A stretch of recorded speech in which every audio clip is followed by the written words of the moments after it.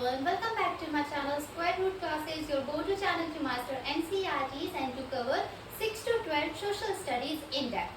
आज के इस लेक्चर में हम class 9 chapter 1 of history French revolution को डिस्कस करेंगे। इस चैप्टर को स्टार्ट करने से पहले मैं आपको इस चैप्टर के बेसिक टर्म्स एंड टर्मिनोलॉजीज आपके साथ डिस्कस करूंगी सो दैट जब मैं इसका जो कॉन्टेक्स्ट है, जब बैकग्राउंड, जो आपके कमिंग आउटकम्स है, उन सब के बारे में जब मैं आपको बताऊंगी तो आपके पास एक बेटर अंडरस्टैंडिंग रहे कि किस चीज का मतलब क्या होता है। बिकॉज इस चैप्टर में कुछ ऐसे टर्म्स हैं जो आपको कंफ्यूज कर सकते हैं, तो आपको आगे जाकर इस चैप्टर में कंफ्यूजन ना हो तो मैं इस लेक्चर में इस चैप्टर से रिलेटेड जो इम्पोर्टेंट टर्म्स हैं वो आपके साथ यहाँ पे शेयर करने जा रही हूँ। तो प्लीज अच्छे से देखिएगा and if you have any doubt regarding any particular topic और एनीथिंग, जस्ट आप उस चीज को कमेंट सेक्शन में पुट अप कर सकते हैं। So let's get started with this topic. सबसे पहले हम डिस्कस करेंगे टर्म वेस्टाइल के बारे में। When you will go through with this chapter, आपको एक टर्म मिलेगी that is वेस्टाइल। इस शब्द का मतलब क्या होता है? बेसिकली वेस्टाइल एक फोर्ट्रेस है, एक प्रिजन है फ्रांस का। इट इज अ फोर्ट्रेस और prison of France known for despotic powers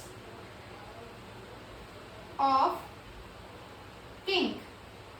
now यहाँ पे मैं आपको हर एक वर्ड को डिटेल में डिस्कस करूंगी। As I wrote here Bastille. Bastille क्या है? इट इज अ फोर्ट्रेस और प्रिजन। ये फ्रांस में एक प्रिजन है, एक जेल है या फिर एक फोर्ट्रेस है ऑफ फ्रांस। कहाँ पर है? फ्रांस में। Known for despotic powers of king, यानी कि ये किस चीज के लिए फेमस है? ये किंग के, जो उस समय किंग कौन थे फ्रांस के, जब फ्रेंच रिवॉल्यूशन हुआ था उस समय फ्रांस के किंग थे लुइस 16। याद रखिएगा, ये फ्रांस के किंग हुआ करते थे during the time of French Revolution. तो he was king of France during French Revolution of 1789। और ये जो वेस्टाइल है ये किसके लिए जाना जाता था? ये लुइस 16 के डेस्पोटिक पावर्स, यानी कि डेस्पोटिक शब्द का मतलब क्या होता है? डेस्पोटिक शब्द का मतलब होता है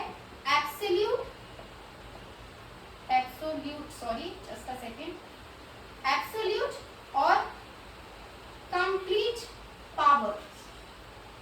अब कंप्लीट पावर, अगर किसी पर्सन के पास पूरे पावर्स दे दिए जाए, पूरे पावर्स एक्यूमुलेट हो जाए, उसी के पास हर चीज की अथॉरिटी है, तो वहां पे क्या सिचुएशन आएगी? वहां पे सिचुएशन आती है मोनार्की की। अगर किसी किंग के पास कंप्लीट अथॉरिटी है किसी एक स्टेट को रन करने की, तो वो स्टेट कैसा स्टेट कहलाता है? मोनार्कियल स्टेट, यानी कि वहां पे मोनार्की देखी जाएगी। और मोनार्की मतलब क्या होता है? मोनार्की शब्द का मतलब होता है किसी किंग के द्वारा किसी स्टेट पर पूरा कंट्रोल, पूरी अथॉरिटी होना। तो वेस्टाइल क्या था? वेस्टाइल एक फ्रांस का फोर्ट्रेस और प्रिजन हुआ करता था। वेस्टाइल फ्रांस में एक जेल या एक फोर्ट्रेस हुआ करता था जो लुइस 16, जो उस समय फ्रांस के किंग हुआ करते थे, उनके डिस्पोटिक पावर यानी कि उनके एब्सोल्यूट पावर्स के लिए जाना जाता था। अब ये जो पावर्स हैं, वेदर किंग उनको गुडविल में यूज कर रहे हैं या फिर अपने बेनिफिट्स के लिए यूज कर रहे हैं, it's entirely dependent on him. That means उनके पास कंप्लीट एब्सोल्यूट अथॉरिटी होती थी। So this Bastille, if somebody asks you what is Bastille, then it is a fortress or prison of France that is known for despotic powers of king. If somebody asks you that who was the king during the French Revolution, then the answer will be Louis 16. French revolution के समय, जो 1789 में जब French revolution हुआ, तो उस समय कौन किंग थे? उस समय फ्रांस के किंग लुइस 16 हुआ करते थे। So we discussed two things right here. Who was Louis 16 and what is Bastille? Next term is Versailles. Versailles क्या था? ये एक एक्स्ट्रावेगेंट कोर्ट था। ये एक काफी आलीशान, एक ऐसा कोर्ट जिसकी हर एक चीज काफी ज्यादा लग्जरियस, काफी ज्यादा वहाँ पे एक्सपेंसिव थी। So it was an extravagant court, एक काफी ज्यादा आलीशान महंगा एक कोर्ट था। इमेंस पैलेस या फिर हम एक काफी बड़ा पैलेस कह सकते हैं जो कि काफी ज्यादा लग्जरियस और काफी ज्यादा एक्सपेंसिव इन नेचर था। which was under the control of Louis XVI। और अगेन ये वर्सलीज का जो कोड था वो किसके अंडर आता था? It was under the control of Louis 16, because इस समय लुइस 16 के पास थे एब्सोल्यूट पावर, और ये वहां की जो रिच और नोबल फैमिली से भी बिलोंग करते थे, जिसका नाम क्या था? Bourbon family. बॉर्बन फैमिली उस समय फ्रांस की एक काफी ज्यादा रिच और काफी ज्यादा वेल एस्टेब्लिश्ड नोबल फैमिली हुआ करती थी। तो उनसे कौन बिलोंग करते थे? बॉर्बन फैमिली से लुइस 16, और इन्हीं लुइस 16 के कंट्रोल में फ्रांस का एक इमेंस पैलेस, एक एक्स्ट्रावेगेंट कोर्ट उनके अंडर में आया करता था। सो बेस्टाइल हमने देखा, Bastille was also under the control of Louis 16। Then Versailles again under the control of Louis 16। And Louis 16 कौन थे? ये एक नोबल फैमिली से आते थे जिसका नाम क्या था? बॉर्बन फैमिली था, और ये इन्हीं के पास वर्सलीज, बेस्टाइल का यहाँ पे अथॉरिटी उनके पास ही ये सारी चीजें हुआ करती थी। Next American revolution. ना अमेरिकन रिवॉल्यूशन फ्रेंच रिवॉल्यूशन से कैसे इंटरकनेक्टेड है? ये दोनों कनेक्टेड हैं because of Britain. Because Britain जो था वो France as well as America का कॉमन एनिमी था। कॉमन फ्यूज यहाँ पे एनिमी फ्यूज थे, यहाँ पे डिस्प्यूट था इन तीनों के बीच में, जहां पर ब्रिटेन का डिस्प्यूट किस किस के साथ था? अमेरिका के साथ भी और फ्रेंच के साथ भी। तो यहाँ पर अमेरिका रिवॉल्यूशन जब यहाँ पे चल रहा था, अमेरिकन रिवॉल्यूशन, तो उसी समय फ्रांस किसकी हेल्प कर रहा था? अमेरिका की हेल्प कर रहा था। तो यहाँ पर फ्रांस क्या कर रहा था? वह अमेरिका की 13 कॉलोनीज को, 13 colonies, here we can say that small states, small state 13 colonies को वो वहां पे लिबरलाइज करने में, इंडिपेंडेंट करने में किसकी हेल्प कर रहा था? अमेरिका की हेल्प कर रहा था। और क्यों हेल्प कर रहा था? बिकॉज वही अमेरिका उस समय किसके साथ वॉर में था? उनके ब्रिटेन के साथ वॉर में था, and Britain was common enemy of America as well as France. और फ्रांस चाहता था कि अमेरिका की 13 कॉलोनीज लिबरलाइज हो जाए, इंडिपेंडेंट हो जाए। सो वो वहां पे उनकी हेल्प कर रहा था। अब जो ये हेल्प है ऑब्वियसली यहाँ पे फाइनेंशियली हेल्प होगी, बिकॉज वॉर में सबसे ज्यादा क्या जरूरी होती है? फाइनेंस। तो वो इतना ज्यादा अमेरिका की हेल्प कर रहा था कि उन्होंने जो अपने लोन्स हैं वो इतने ज्यादा बढ़ा लिए कि उनकी एक करेंसी हुआ करती थी, फ्रांस में खुद की एक करेंसी हुआ करती थी जिसका नाम था लाइब्रेस। फ्रांस की करेंसी उस समय 1789 के समय फ्रांस की करेंसी क्या थी? लाइब्रेस थी। तो उन्होंने इतना ज्यादा लोन ले लिया था अमेरिका की हेल्प करने के लिए। देन वहां पे इस समय क्या था? इस समय पुअर हार्वेस्ट था, फ्रांस में जो कल्टीवेशन है वो अच्छा नहीं हो रहा था, तो यहाँ पे लैक ऑफ फूड भी था फ्रांस में। अब उनको फूड का सप्लाई चाहिए, उसके लिए उनको पैसे भी चाहिए, तो वो क्या कर रहे थे? वो लोन्स ले रहे थे, लेकिन वो लोन को चुकाने की कंडीशन में नहीं थे, वो रिपेमेंट की कंडीशन में नहीं थे। तो फ्रांस में क्या देखी गई? बैंकरप्सी। बैंकरप्सी क्या होती है? ये एक सिचुएशन होती है जब आप लोन्स को रीपे नहीं कर सकते, आप उस कंडीशन में ही नहीं हो। तो फ्रांस में बैंकरप्सी देखी गई। क्यों देखी गई फ्रांस में बैंकरप्सी? एक तो अमेरिकन रिवॉल्यूशन के कारण, क्योंकि फ्रांस उनकी हेल्प कर रहा था, और दूसरा वहां पे पुअर हार्वेस्ट थे, तो उनको फूड का सप्लाई भी चाहिए था, उसके लिए उन्होंने फाइनेंशियली वहां पे लोन लिया, but they were not in the condition to repay the loans, तो वहां पे बैंकरप्सी की सिचुएशन देखी गई। अब मैं बता रही थी लाइब्रेस के बारे में। ये करेंसी है, जैसे हमारी इंडिया की करेंसी रुपीज है, वैसे ही उस समय 1789 में फ्रांस की करेंसी लाइब्रेस थी। तो उन जब ये सब चीजें हो रही थी तो इनका 1 बिलियन से लेकर 2 बिलियन लाइब्रेस तक इनका लोन यहाँ पर ज्यादा हो चुका था। That is very huge in numbers at that time. तो 2 बिलियन ऑफ लाइब्रेस यहाँ पे उनको रीपे करना था, उनको चुकाना था। सो आई गेस आपको अमेरिकन रिवॉल्यूशन क्यों फ्रेंच रिवॉल्यूशन से कनेक्टेड है ये भी अभी आपको क्लियर है। तो हमने यहाँ पे कितनी टर्म्स देखी? हमने बेस्टाइल देख लिया, हमने लुइस 16 के बारे में देखा कि वो जब 1789 का रिवॉल्यूशन चल रहा था तो वो बॉर्बन फैमिली जो कि नोबल फैमिली थे, उस फैमिली से आते थे और वो वहाँ के किंग थे। देन हमने वर्सलीज के बारे में डिस्कस किया जो कि एक एक्स्ट्रावेगेंट कोर्ट हुआ करता था, और हमने देखा अमेरिकन रिवॉल्यूशन क्यों कनेक्टेड है फ्रेंच रिवॉल्यूशन से।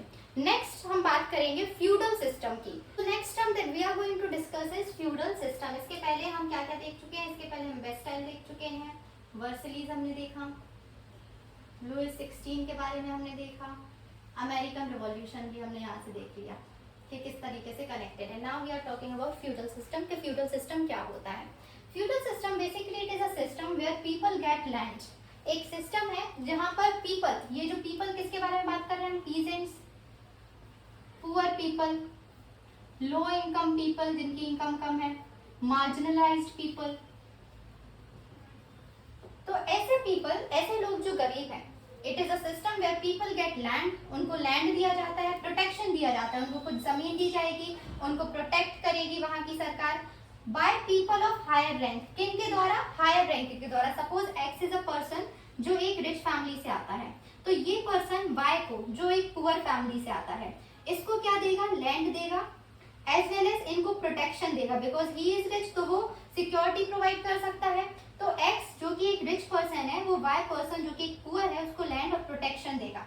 क्या बट ऐसे दे देगा, ऑब्वियसली कुछ तो वो रिटर्न मिलेगा, but in return of fighting in the battles. लेकिन अगर इस वाई पर्सन को ये दोनों चीज चाहिए है, तो उसके लिए इस पुअर पर्सन को नोबल्स के लिए, यानी कि ये जो रिच पर्सन है उसको क्या बोलते हैं, नोबल, जो कि हायर रैंक पर आते हैं, उनके लिए बैटल्स में, जो वहां पे वॉर होते हैं, डिस्प्यूट होते हैं, जो भी चीज वहां पे बैटल हो रही है, उसमें उनको फाइट करना पड़ेगा।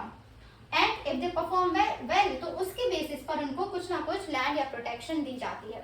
तो फ्यूडल सिस्टम में सबसे टॉप मोस्ट रैंक पर कौन आते हैं, नोबल्स, यानी कि रिच प्रॉस्पेरस पर्सन जिसके पास सब कुछ है, और वो लोग पुअर पीपल्स को, गरीब लोगों को लैंड देते हैं और प्रोटेक्शन, सिक्योरिटी देते हैं।